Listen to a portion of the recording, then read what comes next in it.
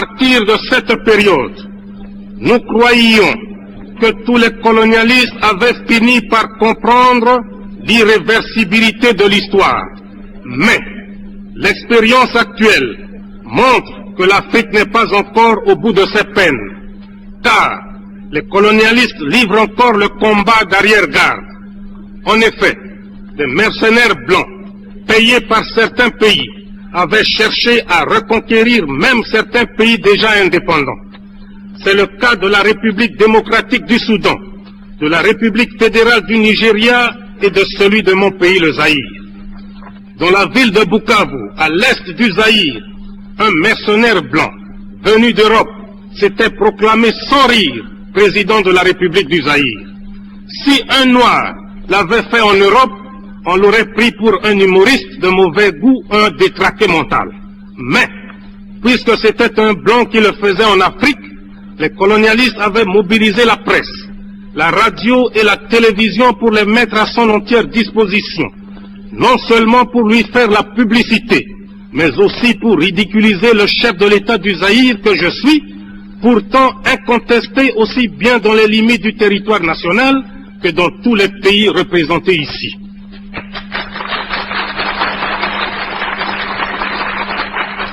Une telle provocation est pour moi une insulte intolérable que je ne peux pardonner. Au moment où je vous parle, la situation anachronique qui prévaut actuellement en Angola, en Rhodésie, au Mozambique, en Namibie, en Afrique du Sud, est impensable sans un soutien réel de certaines puissances occultes. Comment peut-on expliquer qu'un pays comme le Portugal puisse avoir la force de contrôler des grands territoires comme l'Angola, le Mozambique, s'il n'était pas soutenu par des puissances plus puissantes que lui? En effet, le Portugal est un pays économiquement, socialement et culturellement sous-développé, sans démocratie.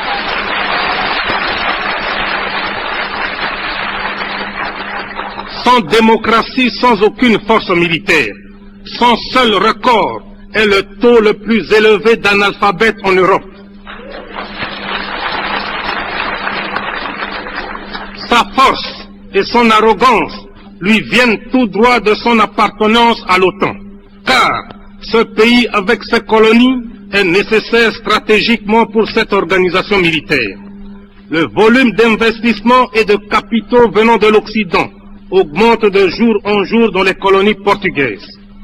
La construction du barrage de Cabora Bassa, qui servira à alimenter en grande partie la République sud-africaine, montre sans équivoque que les puissances intéressées s'opposeront toujours à la libération et à l'indépendance des pays précités. D'ailleurs, le ministre de l'Intérieur et de l'Information, le docteur Connie Mulder, a récemment déclaré que la République sud-africaine était prête à apporter son soutien militaire à tous les pays d'Afrique australe, y compris le Mozambique et les autres territoires portugais, pour combattre ce qu'il appelle le terrorisme, entendez la lutte héroïque des nationalistes africains.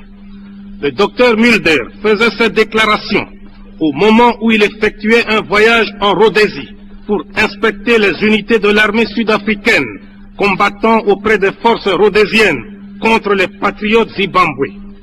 Entre les deux colonies portugaises, l'Angola et le Mozambique, s'est développée il y a quelques années une situation presque aussi similaire, mais en tout cas scandaleuse. Je veux parler de la Rhodésie. Un certain matin, nous avons appris par la presse qu'après plusieurs discussions secrètes entre le gouvernement de sa très gracieuse majesté britannique et les colons britanniques installés en Rhodésie, ceux-ci s'étaient rebellés contre leur gouvernement, leur pays et leur souveraine, et que les autorités de la Grande-Bretagne étaient incapables de faire changer d'avis leurs compatriotes d'Afrique. La Grande-Bretagne a comme devise « Dieu est mon droit », ce qui, je suppose, signifie que le rôle du gouvernement de ce pays est de faire régner la justice là où il en a l'autorité. En survolant l'histoire de ce grand peuple, on constate qu'il a largement justifié l'existence de cette devise et qu'il a même outrepassé la simple justice pour la confondre avec ce qu'il pouvait appeler le seul droit de la Grande Île. Pour s'en convaincre, il suffit de se rappeler d'innombrables mouvements de rébellion et d'indépendance si violemment matés par la Grande-Bretagne au cours de son histoire. Pour l'Afrique, l'exemple du Kenya est frappant. En effet, l'injustice du gouvernement britannique qui réservait à ses colons les meilleures terres de ce pays entraîna une révolution légitime des Mau Mau. Cette révolte fut sauvagement matée par une boucherie de près de 15 000 personnes. Le cas des États-Unis d'Amérique, qui ont vaillamment lutté pour conquérir l'indépendance, est trop connu pour être développé ici.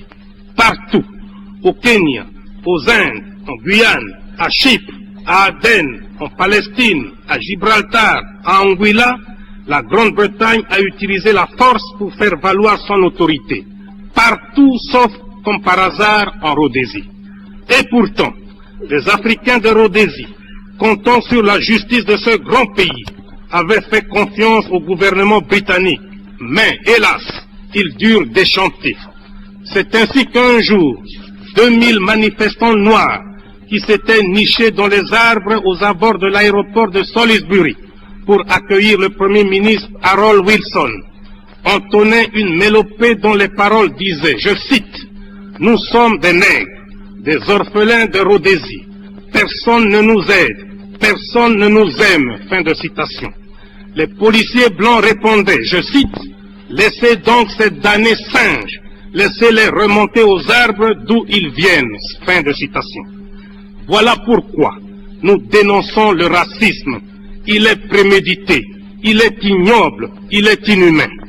On a souvent parlé de sanctions économiques pour réduire la sécession en Rhodésie. Mais en réalité, la Grande-Bretagne protège son ami de l'OTAN, le Portugal. Et celui-ci protège à son tour ses amis colons britanniques de Rhodésie.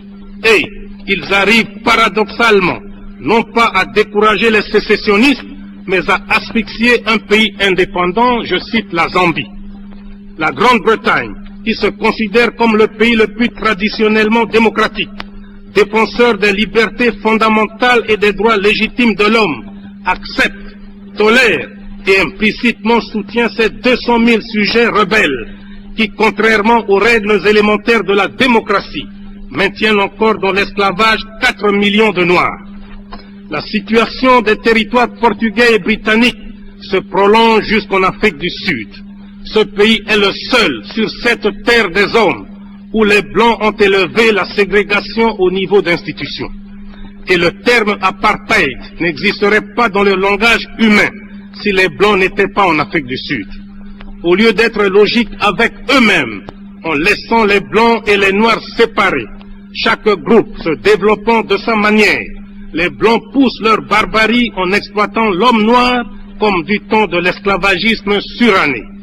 C'est ainsi que grâce à une main-d'œuvre quasi gratuite, 420 000 Noirs extraient à la main les 2/3 de la production mondiale de l'or au profit des Blancs. Et ces Noirs d'Afrique du Sud, n'ayant ni droit de grève, ni droit syndical, ni droit tout court, qui avaient demandé une augmentation dérisoire de leur salaire, tenant compte du cours mondial actuel de l'or, ont été purement, simplement et sauvagement abattus par les autorités sud-africaines. La République sud-africaine nargue l'Organisation des Nations Unies depuis plus de 20 ans sur le problème de la Namibie. Et la chose la plus grave que les racistes sud-africains font actuellement, c'est la balkanisation de ce grand territoire africain. Face à ce complot contre l'Afrique indépendante, 3 pays essayent de coordonner leurs efforts afin d'assurer d'une part leur propre sécurité et d'autre part afin que les pays actuellement occupés soient libérés. J'en profite d'ailleurs pour rendre un vibrant hommage à mes frères Julius Nyerere et Kenneth Kaunda pour leur sagesse et leur détermination à la cause de la libération africaine. La mise en commun de nos moyens dans le cadre d'une conférence tripartite permanente permettra, j'en suis convaincu, la création d'un axe de dissuasion Kinshasa-Lusaka-Dar es Salaam. Tous ceux qui aiment l'Afrique doivent aider la Tanzanie, la Zambie et le Zaïre à assumer leurs responsabilités.